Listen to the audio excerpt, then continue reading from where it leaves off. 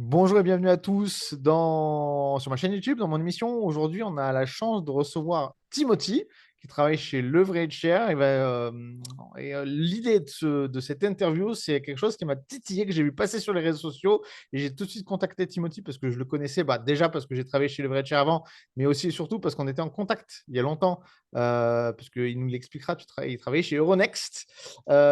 Et aujourd'hui, ils ont lancé des ETP à rendement. Donc, c'est énorme, qui permettent d'investir sur l'or. J'en dis pas plus. Timothy nous expliquera tout ça. Timothy, est-ce que tu peux te présenter et nous présenter un petit peu ce que fait Leverage Share maintenant? On avait déjà parlé de Leverage Share dans le passé sur ma chaîne, mais maintenant, qu'est-ce qui se passe? Qu'est-ce que vous proposez? Et qui es-tu? Bonjour Marc, merci beaucoup pour l'invitation.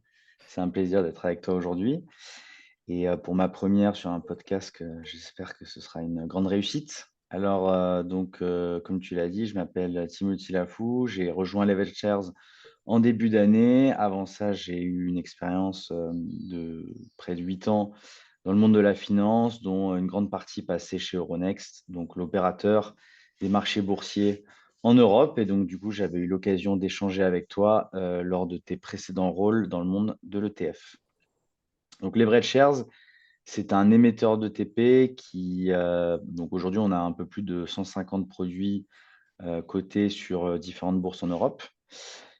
L'entreprise, comme tu as pu le mentionner par le passé, est leader dans les ETP à effet de levier, notamment sur les single stocks. Donc, on a plusieurs produits phares, mais dont notamment un à effet de levier sur Tesla et un sur Nvidia, qui à eux deux totalisent plus de 400 millions d'euros de gestion.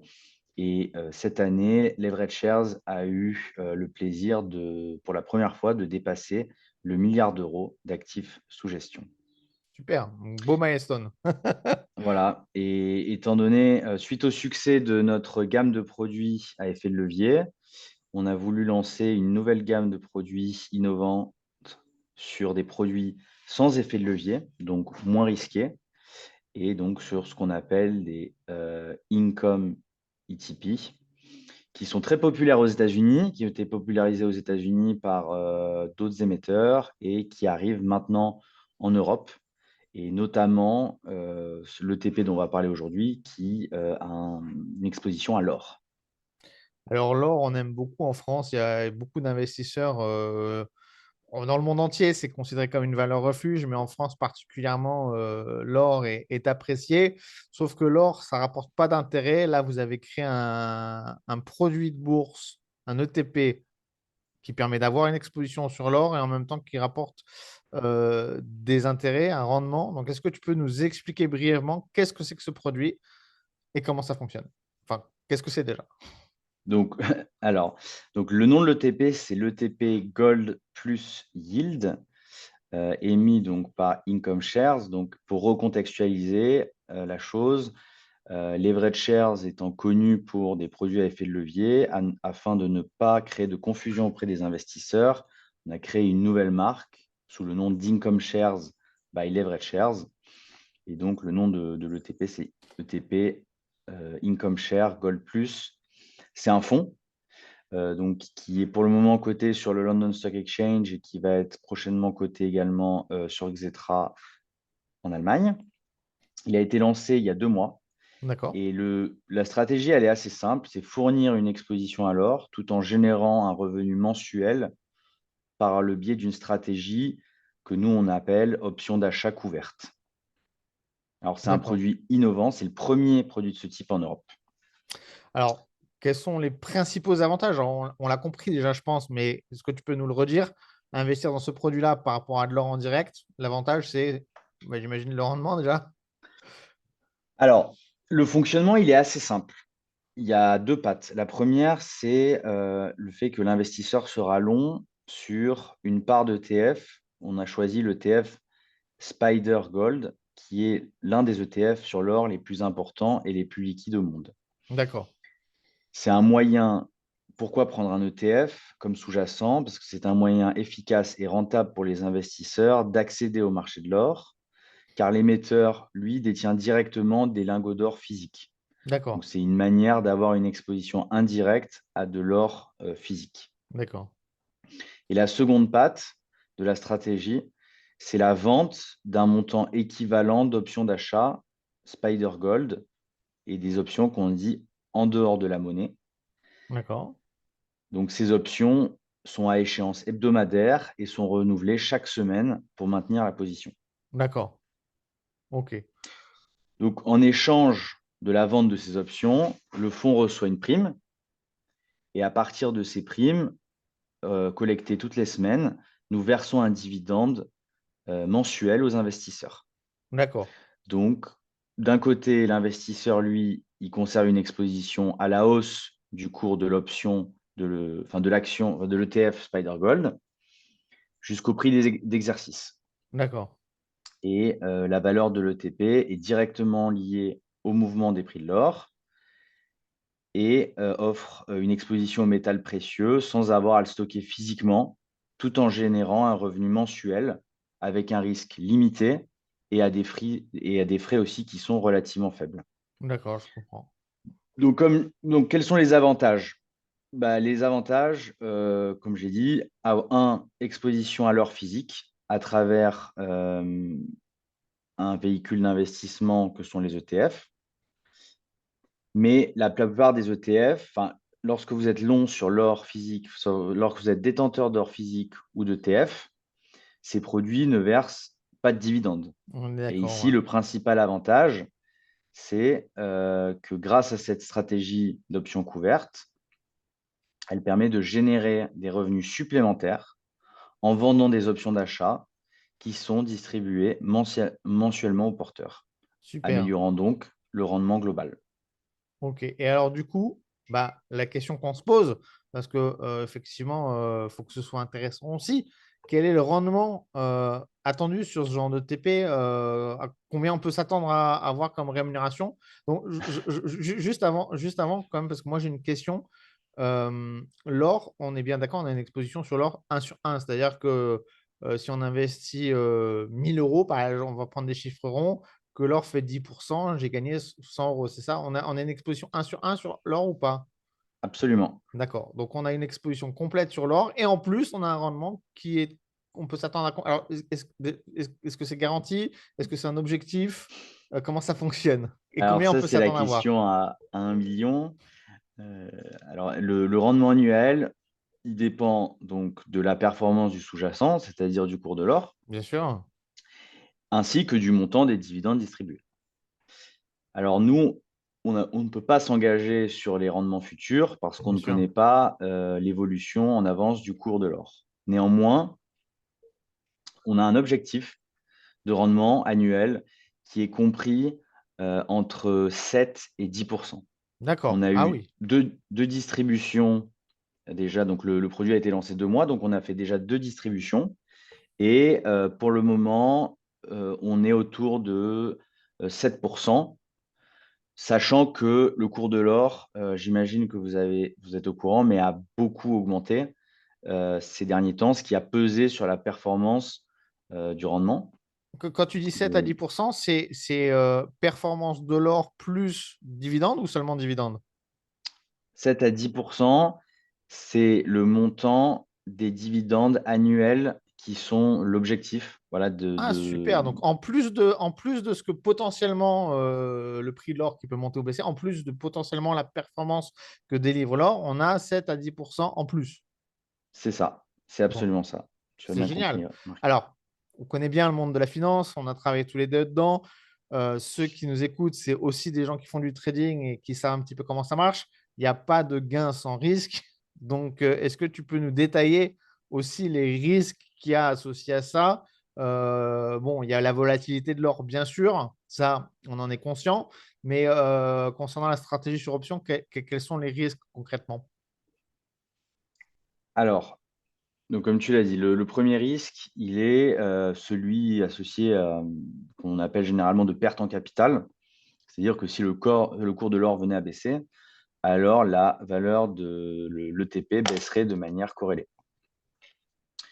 Néanmoins, il y a un second risque qui est lié donc aux options couvertes, qu'on appelle, nous, un potentiel de hausse limité.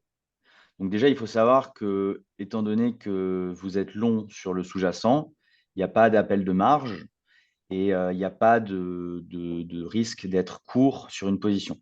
D'accord. Néanmoins, le fait de vendre une option à un prix d'exercice donné fait que si le prix de l'or, enfin de l'actif, et dans ce cas de l'or, augmente de manière significative et au-delà du prix d'exercice, alors la stratégie renonce à tout gain supplémentaire au-delà de ce niveau. D'accord. Que se passe-t-il alors? Admettons que pendant une semaine, parce que donc, les options sont hebdomadaires, admettons que le prix de l'exercice dépasse, le prix de l'or dépasse le prix d'exercice, alors le vendeur de l'option est tenu de vendre l'actif au prix d'exercice.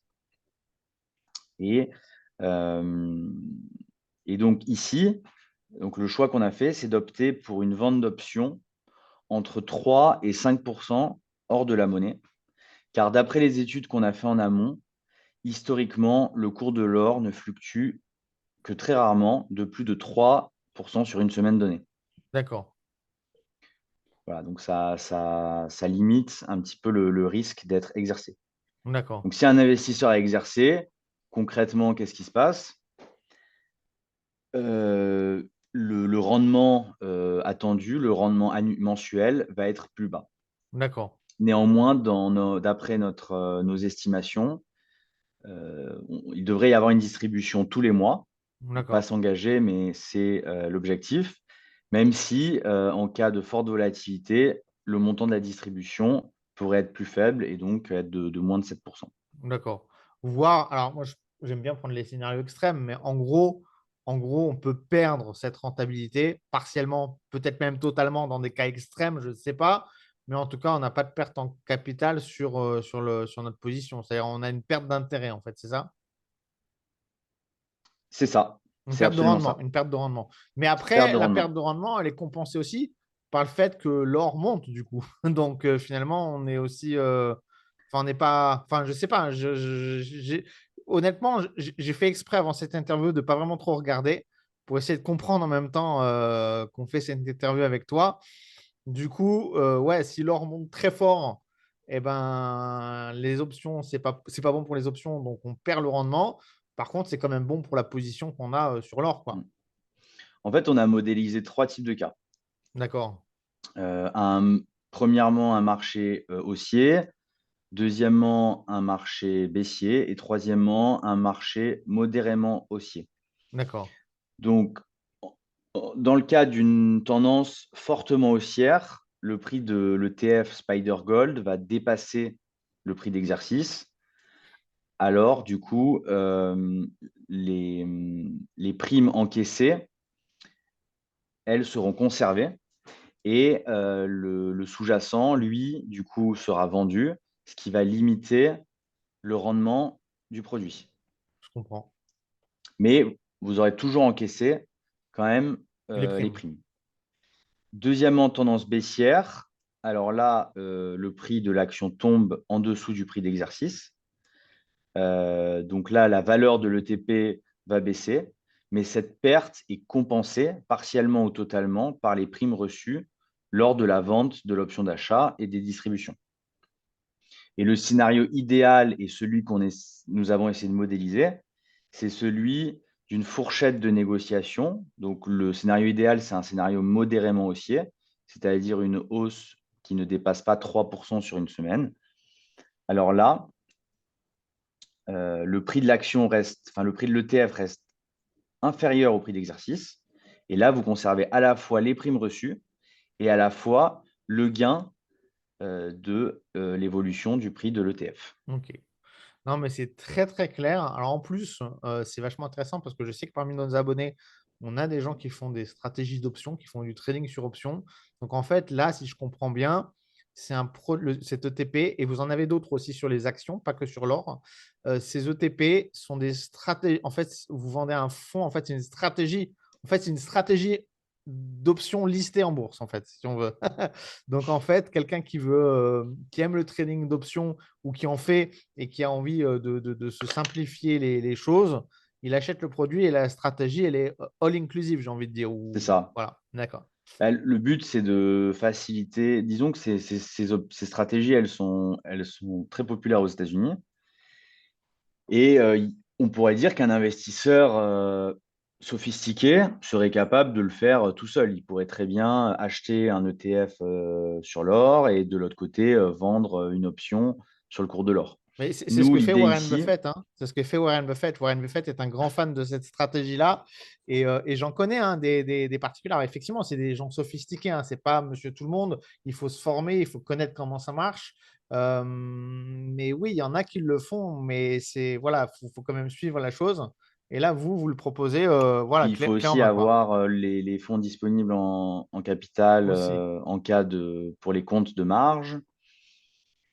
Donc Alors, nous, ce qu'on propose, c'est de faciliter la stratégie en proposant une solution clé en main et à un prix vraiment contenu. Alors justement, la question, c'est ça. Alors on va juste parler des frais, parce qu'il y a des frais, hein, comme dans toute stratégie, vous avez des gérants derrière qui font ce travail, donc il y a des frais. Mais avant de parler juste des frais, le prix en lui-même du produit, il est listé à combien? C'est combien le ticket d'entrée en gros pour acheter un ETP? Alors, un ETP, c'est environ 10 euros. Ouais, donc accessible à tout le monde, quoi. Donc voilà, donc c'est une quotité c'est un multiple de 10 euros. Voilà. À Donc partir de 10 euros, vous pouvez acheter un ETP. voilà, en comparaison, pour info, je pense que pour faire ce genre de stratégie sur option soi-même, il faut au moins 10 000 euros, je pense, hein, sur un compte Une de. once d'or aujourd'hui, c'est 2600 $. Voilà, Voilà ce donc que je peux vous dire. voilà.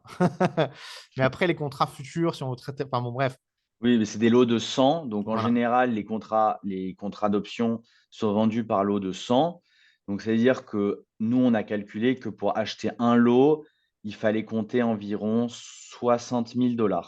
Voilà, donc c'est ça. Vous voyez, bon, vous avez de l'effet de levier, mais quand même, c'est quand même pas. Là, vous avez un truc à 10 euros, voilà, clé en main, j'ai envie de dire. Et les frais de gestion, alors, du coup. Alors, par souci de transparence, il y a deux types de frais. Ouais, Les frais de gestion, qui sont plus connus, et les frais de transaction, qui sont un peu moins connus. d'accord.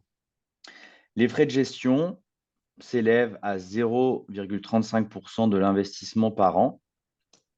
Voilà. Donc, Donc, c'est c'est très le... compétitif parce que même les ETF en gestion active ou certains ETF thématiques chargent plus que ça en frais, hein. Donc là, on est vraiment dans la fourchette basse. Enfin, bon, les fourchettes basses, ça peut descendre jusqu'à 5 points de base, mais on est quand même, je pense, dans la fourchette basse de ce qui se fait en termes d'ETF, hein. Disons que c'est le prix en général moyen pour un ETF action sur une stratégie passive. Ouais, On est indiciel, ouais. généralement autour de 0,35. Voilà, sur une stratégie indicielle, action, en général sur des fonds, sur des fonds thématiques ou sur des produits à stratégie active, on est plutôt autour de 0,60, 0,75 points de base. Ouais, c'est ça, c'est ça. Ouais, j'allais dire 0,50 à 0,70, ouais, c'est ça. Et ensuite, donc, s'ajoute à ça des frais de transaction. Donc, les frais de transaction, à noter que tous les ETF en chargent. Euh, donc, ça prend en compte, en fait, c'est pour couvrir l'achat et la vente des instruments. D'accord. Et nous, on l'estime, parce que ça peut varier en fonction du volume de transaction, nous, on l'estime à 0,22% par an. Donc, Donc, notre estimation, elle est de 0,57% au tout inclus. total, en incluant les frais de gestion et les frais de transaction, hors frais de courtage qui sont facturés évidemment par le courtier. D'accord. OK. Ok, bah ça me paraît très clair. Donc la distribution, bah, tu en as déjà parlé. Là, j'avais préparé des questions, mais on a déjà dit beaucoup de choses au final. On a déjà bien expliqué. Je voulais te poser la question sur la distribution mensuelle, mais tu en as déjà parlé. C'est calculé tous les mois et au final, l'objectif, c'est 7 à 10% par an. Mais est-ce que tu as des choses à rajouter? Comment ça fonctionne? Ah oui, ah, si, si, Alors, nous, si, j'avais une question. Si, si, c'est ça ma question. Est-ce que c'est distribué ou est-ce que c'est capitalisant? C'est-à-dire, est-ce qu'on les reçoit sur son compte de courtage ou est-ce que c'est réinvesti dans le produit? donc nous, à la fin du dernier jour ouvré de chaque mois, on annonce le montant du dividende D'accord. et en général, il est distribué sur le compte titre des investisseurs donc entre 5 et 12 jours suivant l'annonce du montant. À Super. noter que le calendrier de distribution est d'ores et déjà disponible sur notre site jusqu'à la D'accord. fin 2025. Vous aurez, Je- vous aurez donc le calendrier détaillé. Et ensuite, selon les courtiers, en général, ça prend à peu près 5 jours pour recevoir les fonds sur son compte. Ok, super. De toute façon, je mettrai tous les liens en description de la vidéo, y compris si tu m'y autorises ton profil Bien LinkedIn, que sûr. les gens puissent voir ton parcours, etc. Et les liens du produit et tous les détails qu'il faut. Alors, pourquoi avoir fait le choix d'une distrib? Parce qu'une capitalisation, ça peut être aussi bien. Capitalisant, enfin, moi, j'aime bien à long terme, ça fait cet effet boule de neige. Pourquoi avoir fait le choix de distribuer? C'était ouais, plutôt que de capitaliser? Enfin, si tu sais, hein, parce que c'est pas toi forcément qui a pris la décision, mais Bah, l'idée, c'était de se démarquer. Enfin, la majorité des ETF aujourd'hui utilisent plutôt la c'est vrai. capitalisation. Le but, en fait, enfin, le but de la stratégie, c'est de fournir un revenu régulier aux investisseurs. D'accord. Donc, afin de matérialiser ce revenu, on s'était dit que la distribution était le mode qui convenait le mieux à la stratégie du produit. D'accord. Donc, typiquement adapté pour celui qui veut avoir une rente, idéalement, qui a un bon capital, qui ne veut pas s'exposer. Enfin, je résume, hein. Moi, je me donne les arguments que je donnerais si j'étais si j'étais encore chez le vrai tiers. Donc, quelqu'un qui a un capital qui ne veut pas s'exposer ni au marché de l'immobilier, ni au marché des actions, ni rien, qui croit que l'or, effectivement, et pour de bonnes raisons, c'est la valeur refuge suprême, et qui en même temps veut une rente pour profiter de sa retraite ou autre. Bon, bah, typiquement, ce genre de produit est parfaitement adapté. Alors justement, j'ai un peu répondu à la question, mais je la pose quand même. Comment ça s'intègre dans une stratégie d'investissement? Alors, on a vu pour le cas de quelqu'un qui est rentier, maintenant, quelqu'un qui a un portefeuille plus global, qui est plus jeune comme nous, qui veut préparer l'avenir, on intègre ça comment? Alors nous, on l'intègre dans une stratégie d'investissement global à 3 niveaux. D'accord, D'abord, la diversification. bien sûr. Donc, il faut à noter que l'or est quand même un actif qui a une faible corrélation aux autres classes d'actifs telles que les actions ou les obligations. Mm. Et donc, cela ça représente une opportunité qui peut être intéressante pour des investisseurs qui cherchent à diversifier leur portefeuille et à réduire le risque. Le deuxième niveau, c'est une couverture contre l'inflation. Donc, on a pu le voir récemment avec les fortes périodes d'inflation de ces dernières années. En période d'inflation, le pouvoir d'achat diminue. Et ça marche également pour les devises. Donc, en général, euh, en période d'inflation, les matières premières comme l'or peuvent surperformer les actifs financiers traditionnels. Et donc, souvent, quand la valeur d'une monnaie diminue, les investisseurs se tournent vers l'or et d'autres placements plus sûrs et stables pour protéger leur patrimoine de l'inflation. À noter que l'or n'augmente pas toujours avec l'inflation et qu'il est plutôt préférable de le considérer comme une réserve de valeur et un investissement à long terme, à conserver voilà, sur une longue période. Mm. Et enfin, pour finir, on dit souvent de l'or que c'est une valeur refuge. En cas de forte turbulence des marchés, crise économique, instabilité géopolitique, l'or est symbole de stabilité et fait office de valeur refuge. Et comme on l'a dit avant, il résiste à l'érosion du pouvoir d'achat car sa quantité est relativement fixe, ce qui contribue à protéger sa valeur, contrairement aux monnaies dont le montant en circulation a tendance à fortement augmenter. Ouais, de toute façon, on l'a vu en 2024. En 2024, il y a eu pas mal d'événements entre les tensions au Moyen-Orient avec ce qui s'est passé en Palestine, en Israël. Enfin, à chaque fois qu'il y a un petit peu un petit mouvement de panique, que ce soit au niveau géopolitique ou au niveau économique, paf, l'or, il monte effectivement. Donc ça, voilà. Alors, il nous reste pas beaucoup de temps, il nous reste moins de 9 minutes.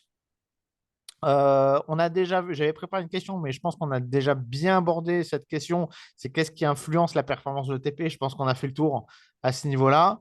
Maintenant, comment est-ce qu'un investisseur peut, d'une part, suivre la performance du produit, je pense sur votre site internet ou sur les plateformes de trading.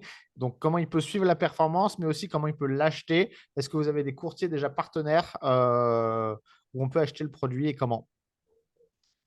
Alors, l'investisseur peut suivre l'évolution de la performance en se rendant sur le site de l'émetteur, www.incomeshares.com, Je mettrai le lien. directement sur le site du courtier, auprès des principaux sites d'information également, ou enfin sur le site directement des bourses où les produits sont cotés. D'accord. D'accord. Voilà. Nous, on vous recommande plutôt de se rendre sur le site de l'émetteur parce qu'on a du contenu éducatif, notamment sur la stratégie, le fonctionnement d'un ETP et sur les différents types de produits. Et on a également toute la documentation disponible, le DC, les fact sheets, les conditions définitives. Donc, vous aurez tout au même endroit. D'accord. Et Super. ensuite, où est-ce qu'on peut l'acheter? Auprès des principaux courtiers. On travaille souvent, nous, avec Interactive Brokers, Trading 212. On n'a pas de courtier de préférence. Notre rôle, c'est aussi d'augmenter la distribution au maximum. Donc, voilà, auprès des De principaux Giro, courtiers. c'est disponible sur De Giro? Absolument. Les produits sont disponibles également sur la plateforme de Giro. Alors, j'en profite en même temps pour faire un appel parce que j'ai travaillé chez des émetteurs d'ETF et d'ETP et je sais à quel point c'est compliqué de lister les produits. Donc, sachez que vous, en tant que client, vous pouvez toujours, si vous avez besoin de négocier un produit et qu'il n'est pas disponible sur la plateforme de votre courtier, faire une demande auprès du courtier pour rajouter le produit. Et les demandes de la part des clients sont toujours bien, comment dire, bien prise en considération, bien plus que les demandes des émetteurs. Donc, n'hésitez pas si jamais vous êtes chez, je ne sais pas moi, Easy Bourse ou un autre n'importe quoi et que vous n'avez pas le produit sur votre plateforme, faites la demande euh, auprès du support client ou de la personne qui se charge de votre conseiller de compte. Voilà, bah, écoute, super. Merci beaucoup en tout cas, Timothy, d'être venu nous expliquer Bah, merci à toi euh, pour l'invitation. le fonctionnement de ces produits. Bah, c'est un plaisir. Si vous sortez d'autres produits comme ça, je serais ravi de refaire d'autres vidéos avec toi. Bon, on a compris le Voilà, concept, encore une fois, je le disais, ça, vous avez des produits pareils sur Tesla, sur Nvidia, j'ai vu, qui fonctionnent de la absolument. même manière. En fait, c'est le même principe. Donc, Ouais, la gamme totale, elle est de. Aujourd'hui, on a 5 produits. Voilà. On a donc sur des actions uniques type Tesla, Nvidia, qui fonctionnent de la même manière. Et on en a même aussi des stratégies indicielles sur le Nasdaq et S&P, alors qui sont un petit peu différentes dans la mesure où les options ne sont pas à échéance hebdomadaire, mais à échéance quotidienne. d'accord. Donc, Et encore donc plus ça, actif, en fait. on a vu. Voilà, ça c'est une stratégie encore un petit peu différente. On pourra en reparler et on lance notamment la semaine prochaine 6 nouveaux produits sur des actions uniques, donc notamment sur les magnifiques 7 qui tirent la bourse américaine. Et on devrait continuer à probablement, en début d'année prochaine, on regarde pour lancer d'autres produits sur les matières premières. D'accord, super intéressant. Donc, pétrole, gaz, etc. Oh, super. Bah, écoute, en tout cas, on attendra ça avec impatience. La stratégie est vraiment intéressante. C'est tout alors, tu nous expliquais que c'était assez répandu aux États-Unis, mais en tout cas, en Europe, c'est la première fois que je vois ce type de produit structuré qui permettent d'avoir une stratégie sur option tout inclus.